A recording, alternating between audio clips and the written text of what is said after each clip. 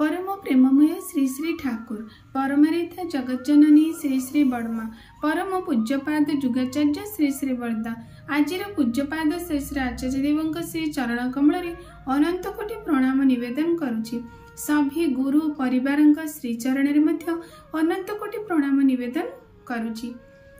मोर video देखुथिबा प्रत्येक गुरु भाई और माँ मान अंतरर आनंदित जय गुरु श्रद्धा भक्ति भल पाइबा। सबुदिन पर आज यही शुभ दिन में आउ एक सुंदर विषय श्री श्री ठाकुर आलोचना रखा। आलोचनार विषयटी हेउची जीवन रे पुरुषोत्तमंकर आवश्यकता कौन, जीवन रे जीवंत आदर्शंकर आवश्यकता, जीवन को किपरि भाव रे मूल्य माने जीवन मूल्य ही जणै दिए गोटे मनुष्य को, ताहा ही हेउची आजिर आलोचनार विषय। प्रकृतर कथा हेउची गोटे मोर अनुभव कथा मु कहूँ। आम गोटे जगह को बुलवाई जाऊलु, जितेबाला जीवा बाटर देखिलु से जगह आमर संपूर्ण किछि माने किछि अनुभव नहीं, किछि अनुभूति नहीं, से जगह उपर आमर किछि ध्यान धारणा मध्य नहीं। आम से जगह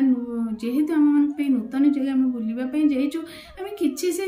जगह पर आमर किछि धारणा ही नहीं। तेणु जितेबाला आम भाविलु आम कौ बाटर जीवु, कौ बाटर गले ठीक हम, समय माने ठीक आम हो पार माने सबकिछि ही आम परफेक्ट भाव में आम उपभोग करें से जगार सौंदर्य को किपरि भाव सेठिकार जड़े पिला आसी माने से जेहेतु माने हमार सांग हेबे सेठु अछंती, से आसिकी आमको बाट देखदेली, से आगे के गले आम पछ पछे गलु, निश्चिंत गलु। से गोटे मन में अनुभव आसिला। देखु आम जितेबाला आम आगे कहीं नथिले, आम क्या जानी नथिलु, जितेबाला से स्थान को आम जाइथिलु, आम माने मन में केते गोटे व्यस्त विव्रत भय सब थिला, कोठिके जीवु, को बाटटा ठीक हम ना नहीं, ये माने मन भीतर अनेक प्रकार प्रश्न विव्रत और भयर स्थान थिला। जेतेबाला जड़े गाइडर जितेबाला से आम से समय से स्थान गाइडर भाव में आसिले, से आगे आगे गले आम पछे पछे गलु, से निजक अनुभव लगे आम पूरा निश्चिंत, आउ कौन भय ही नहीं, कौन अनिश्चितता नहीं, कौन किसी द्वंद्व नहीं। सेतेबेले पछे पछे आम गलु, से जो स्थान को आमको आम चाहिलु बुलवाई, से स्थान को नहीं सुंदर भाव में बुले ठीक समय रे माने सबकिछि ही परफेक्ट भाव में होईगला आसिलु। सेठी मन रे गोटे प्रश्न आसिला, देखंतु जदि गोटे स्थान को जीवाई आम पाई गोटे गाइडर निश्चित भाव में दरकार, से भली भाव में आमर जे जीवन आमर ये जो जीवन रो रास्ता जहाँकि आम मान पे संपूर्ण भाव में अदृष्ट, आम कहीं जाने आम जीवन आगामी रास्ताटी कौटी कौ माने किपरि भाव में रही। तेणु कि से रास्ता पाई कौन एभली एक जीवन आदर्श बा जीवंत आदर्श आवश्यक आम मन करूना कि, ताहले सेठी प्रश्न आसे मनीष केमिति तांको बिना एते निश्चिंत एते स्वच्छंद ये विचरण करुची, जहाँकि माने मनीष जीवन रे सबुठारु माने दुर्लभ आउ बहुत प्रकार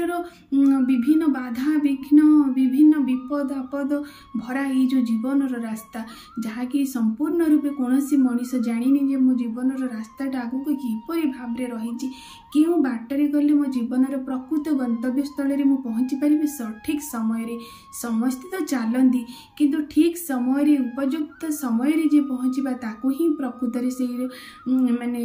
जे विनर वाले को आम माने कही था। ठीक सेमती आम जदि आम जीवन रे जड़े आदर्श को रखा, आम जीवन जड़े गाइडर को रखा, जीवंत गाइडर को आम जीवन गाइडर को रखा, सेतबेले आम निश्चिंत होइजिबा, आम पई आमर कौनसी भय नहीं, कारण सी ही आमको बाट निजे चाली देखैछन्ती। ताहले सी किपरि भाव रे गाइडर हेबा दरकार ना, जी से बाट दे निजे जाइछन्ती। जेमती कि आम मान श्री श्री ठाकुर अनुकूल चंद्र हेले आम मान जीवन गाइड और जीवंत आदर्श।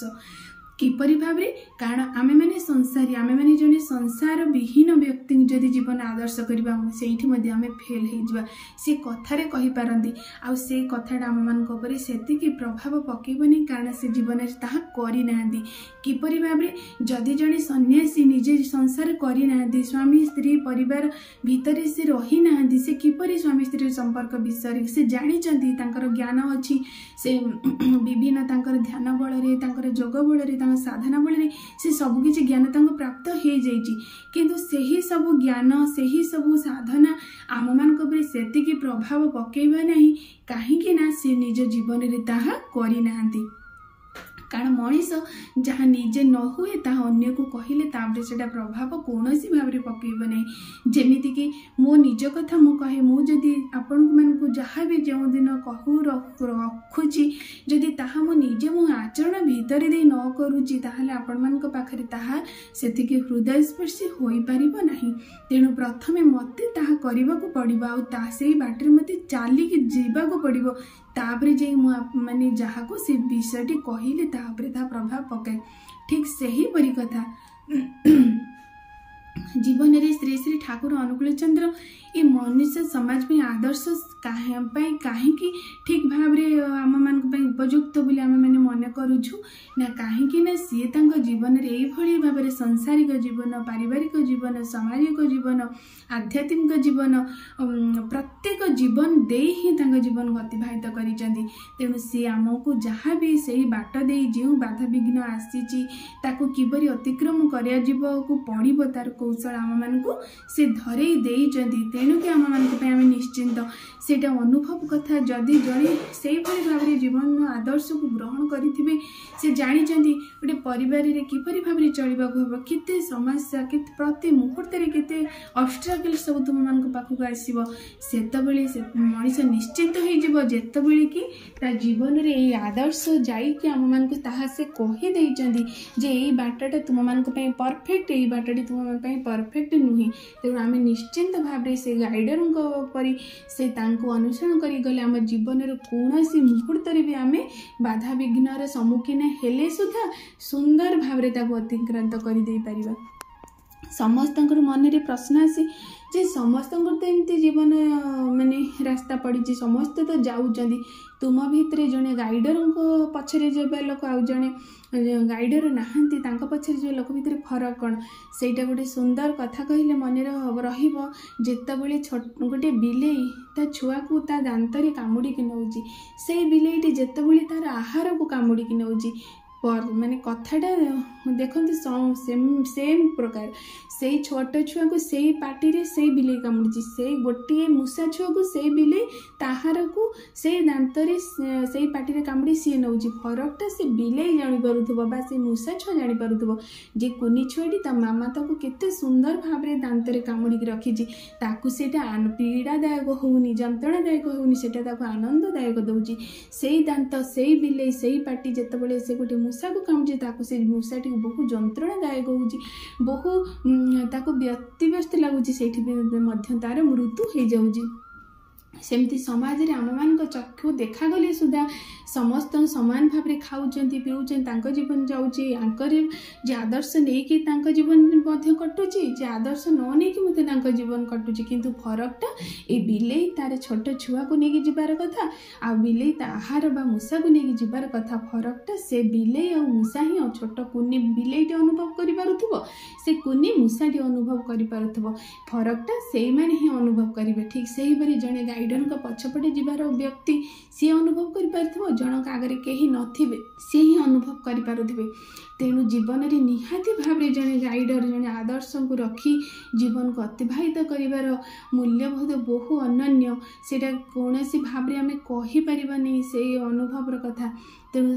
यही वीडियो माध्यम सदा सर्वदा समस्त को गोटे ही माने गोटे रिक्वेस्ट करे समस्ते जीवन गोटे जीवंत आदर्श करूँ जीवन आदर्श नहीं जीवन को चलतु आ अनुभव करी कहतु आग आगर जीवन वर्तमान जीवन भितर केते फरक केते डिफरेन्स आ केते आनंददायक यह ही हूँ आज आलोचनार विषय। आशा करी आपण मान आलोचना अत्यंत प्रेरणामय हो अत्यंत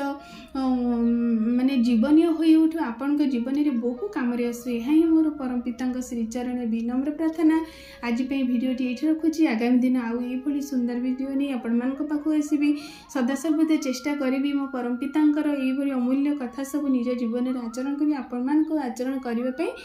प्रेरणा प्रद हो पारे। यह ही मो जीवन सार्थकता रहुची। जय गुरु।